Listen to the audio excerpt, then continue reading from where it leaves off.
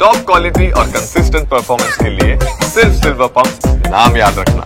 Yelahanka airbase ನಲ್ಲಿ 4ನೇ ದಿನದ ಏರ್ ಶೋ ನಡೀತಾ ಇದೆ. ಒಂದ್ ಕಡೆ ಏರ್ ಶೋಗೆ ಕ್ಷಣಗಣನೆ ಆರಂಭ ಆಗಿದೆ, ಮತ್ತೊಂದು ಕಡೆಯಲ್ಲಿ ವಾಹನ ಸವಾರರಿಗೆ ಟ್ರಾಫಿಕ್ ಬಿಸಿ ತಡ್ತಾ ಇರುವಂತದ್ದು. ನಾನೀಗ ಯಲಹಂಕ ಮುಖ್ಯ ರಸ್ತೆಯಲ್ಲಿ ಇದೀನಿ. ಇಲ್ಲಿ ಗಮನಿಸ್ತಾ ಇದ್ದೀನಿ, ಈಗಾಗಲೇ ಸಾಕಷ್ಟು ಸಂಖ್ಯೆಯಲ್ಲಿ ವಾಹನಗಳು ಬರ್ತಾ ಇರೋದ್ರಿಂದ ಟ್ರಾಫಿಕ್ ಜಾಮ್ ಉಂಟಾಗ್ತಾ ಇದೆ. ಇನ್ನು ಗಮನಿಸಬಹುದು, ಇವತ್ತು ಮತ್ತು ನಾಳೆ ಏನು ಸಾರ್ವಜನಿಕರಿಗೆ ಅವಕಾಶವನ್ನ ಕೊಟ್ಟಿದ್ದಾರೆ. ಅಂದ್ರೆ ಏರ್ ಶೋ ವೀಕ್ಷಣೆಗೆ ಸಾಕಷ್ಟು ಜನರು ಬರ್ತಾ ಇದ್ದಾರೆ.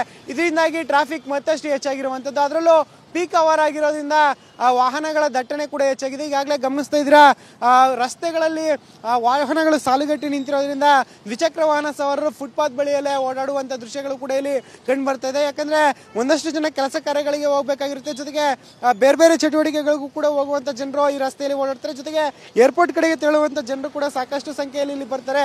ಇದರಿಂದಾಗಿ ಟ್ರಾಫಿಕ್ ಸಮಸ್ಯೆ ಎದುರಾಗಿರುವಂಥದ್ದು. ಇನ್ನು ಕಿಲೋಮೀಟರ್ ಗಟ್ಟಲೆ ವಾಹನಗಳು ಸಾಲುಗಟ್ಟಿ ನಿಂತಿರುವಂಥದ್ದು ವಾಹನ ಸವಾರರು ಹೈರಾಣ ಆಗುವಂತೆ ಮಾಡಿದೆ. ಸದ್ಯ ಕಳೆದ 3 ದಿನಗಳ ಏನೋ ಏರ್ ಶೋ ನಡೀತಾ ಇತ್ತು, ಆ ಒಂದು ಸಂದರ್ಭದಲ್ಲೂ ಕೂಡ ಇದೇ ರೀತಿಯ ಟ್ರಾಫಿಕ್ ನ ಸಮಸ್ಯೆ ಆಗ್ತಾ ಇತ್ತು. ಆದ್ರೆ ಇವತ್ತು ಸಾರ್ವಜನಿಕರಿಗೂ ಕೂಡ ಅವಕಾಶವನ್ನು ಕೊಟ್ಟಿರೋದ್ರಿಂದ ಆ ಒಂದು ವಾಹನಗಳ ಸಂಖ್ಯೆ ಮತ್ತಷ್ಟು ಹೆಚ್ಚಾಗಿರುವಂತದ್ದು. ಸದ್ಯ ಈಗ ಸಾಕಷ್ಟು ಜನರು ಒಂದು ವಾಹನಗಳನ್ನ ಬಿಟ್ಟು ನಡ್ಕೊಂಡು ಬರ್ತಾ ಇರ್ತಕ್ಕಂಥ ದೃಶ್ಯಗಳು ಕೂಡ ಕಂಡು ಬರ್ತಾ ಇದೆ. ಮತ್ತೊಂದು ಕಡೆಯಲ್ಲಿ ಏರ್ ಶೋ ಈಗ ಏನು 9 ಗಂಟೆಗೆ ಆರಂಭ ಆಗಿದೆ. ಅದರ ಜೊತೆಗೆ ಮಧ್ಯಾಹ್ನ ಹೊತ್ತು ಕೂಡ ಮತ್ತೊಂದು ಪ್ರದರ್ಶನ ಇರುತ್ತೆ. ಆ ಒಂದು ಸಮಯದಲ್ಲೂ ಈ ಒಂದು ರಸ್ತೆಯಲ್ಲಿ ಟ್ರಾಫಿಕ್ ಅನ್ನು ಎಷ್ಟೇ ಕಂಟ್ರೋಲ್ ಮಾಡೋಕೆ ಪ್ರಯತ್ನ ಮಾಡಿದ್ರು ಕೂಡ ಟ್ರಾಫಿಕ್ ಸಮಸ್ಯೆಗೆ ಮುಕ್ತಿ ಸಿಗ್ತಾ ಇಲ್ಲ. ಜೊತೆಗೆ ಬೇರೆ ಬೇರೆ ಕೆಲಸ ಕಾರ್ಯಗಳಿಗೆ ಹೋಗೋರಿಗೂ ಕೂಡ ಈ ಒಂದು ಟ್ರಾಫಿಕ್ ನಿಂದ ಅಡಚಣೆ ಉಂಟಾಗ್ತಿದೆ ಅನ್ನೋ ಮಾತುಗಳು ಕೂಡ ಕೇಳಿ ಬರ್ತಿದೆ. ಒಟ್ಟಿನಲ್ಲಿ ಈ ಒಂದು ಏರ್ ಶೋನ ಇವತ್ತಿನ ದಿನ ಏನಿದೆ ಅಂದ್ರೆ 4ನೇ ದಿನದ ಏರ್ ಶೋ ಪ್ರದರ್ಶನದಲ್ಲೂ ಕೂಡ ಟ್ರಾಫಿಕ್ ನ ಬಿಸಿ ಜನರಿಗೆ ತಟ್ಟಿರುವಂತದ್ದು. ಜೊತೆಗೆ ಇದರಿಂದಾಗಿ ಟ್ರಾಫಿಕ್ ಪೊಲೀಸರು ಒಂದ್ ಕಡೆ ಎಲ್ಲಾ ರೀತಿಯ ವ್ಯವಸ್ಥೆಯನ್ನ ಮಾಡಿಕೊಂಡ್ರು ಕೂಡ ಅದನ್ನ ನಿಭಾಯಿಸೋದಕ್ಕೆ ಈಗ ಕಂಗಾಲಾಗಿ ಹೋಗಿದ್ದಾರೆ. ಜೊತೆಗೆ ಅಲ್ಲಲ್ಲಿ ಬ್ಯಾರಿಕೇಡ್ ಗಳನ್ನ ಹಾಕಿ ವಾಹನಗಳನ್ನ ಡೈವರ್ಷನ್ ಮಾಡುವ ಕೆಲಸವನ್ನ ಮಾಡ್ತಿದ್ರು ಕೂಡ ಟ್ರಾಫಿಕ್ ನ ದಟ್ಟಣೆ ಕಡಿಮೆ ಆಗಿಲ್ಲ. ಇದು ಈಗ ವಾಹನ ಸವಾರರ ಆಕ್ರೋಶಕ್ಕೂ ಕೂಡ ಕಾರಣ ಆಗಿರುವಂತದ್ದು. ಕ್ಯಾಮ್ರಾ ಪರ್ಸನ್ ಗಿರೀಶ್ ಜೊತೆ ಶಾಂತಮೂರ್ತಿ, TV9 ಬೆಂಗಳೂರು.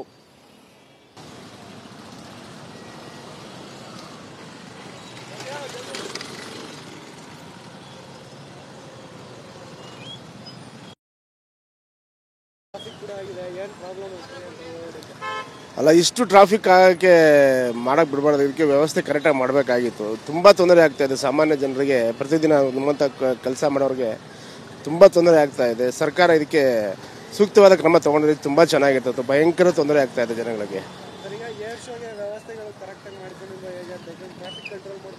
ಖಂಡಿತ ಇಲ್ಲ. ನಾನು 25 ವರ್ಷದಿಂದ ಇಲ್ಲೇ ಇದ್ದೀನಿ. ಇಷ್ಟು ಟ್ರಾಫಿಕ್ ಯಾವ ವರ್ಷನೂ ನೋಡಿಲ್ಲ ನಾವು. ಇದಕ್ಕೆ ವ್ಯವಸ್ಥೆಗಳು ಸರಿ ಇಲ್ಲ ಅಂತ ನನ್ನ ಒಂದು ಅನಿಸಿಕೆ. ಬಟ್ ಇಷ್ಟು ಟ್ರಾಫಿಕ್ ಯಾವತ್ತೂ ನೋಡಿಲ್ಲ ನಾವು. ತುಂಬಾ ಟ್ರಾಫಿಕ್ ಆಗ್ತಾ ಇದೆ.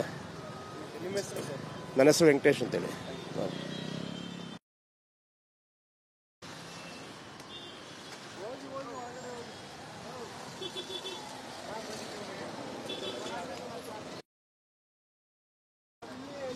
ಫಸ್ಟ್ ಗೇಟ್ ಇದೆಯಲ್ಲ, ಅಲ್ಲಿದ್ದೀವಿ. First gate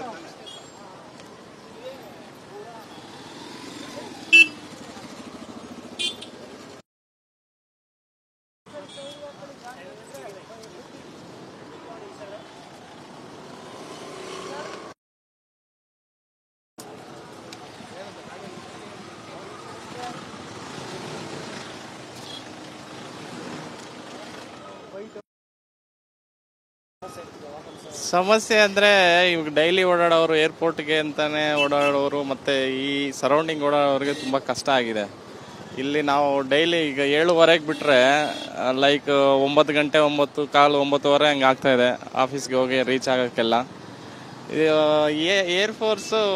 air show actually ಏನು ಹೇಳಬೇಕು ಅಂದರೆ, ಓಕೆ, ಇದನ್ನ ಸ್ವಲ್ಪ ದೂರ ಆ ಕಡೆ ಎಲ್ಲಾದರೂ ಇಟ್ಕೊಂಡ್ರೆ ಒಳ್ಳೆಯದು ಅಂತ ಹೇಳಿ ನಮ್ಮ ಅಭಿಪ್ರಾಯ. ಕೃಷ್ಣ ಅಂತೇಳಿ.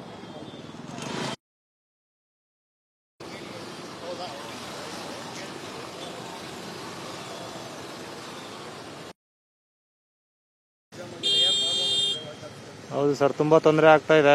ನಾವು ನೋಡಿ ಈಗ ಇಲ್ಲೇ 9 ಗಂಟೆ ಮೇಲೆ ಆಗಿಬಿಟ್ಟಿದೆ. ಸೊ ನಾವು ಶಿಡ್ಲಘಟ್ಟ ಹೋಗಬೇಕು. ಸೊ ಆಲ್ಮೋಸ್ಟು ಈಗ 2 ಅವರ್ಸ್ ಆಗುತ್ತೆ. ಬಟ್ ಏನು ಮಾಡಲಿಕ್ಕಾಗಲ್ಲ, ನಾವು ಅಡ್ಜಸ್ಟ್ ಮಾಡ್ಕೋಬೇಕು. ಓಕೆ.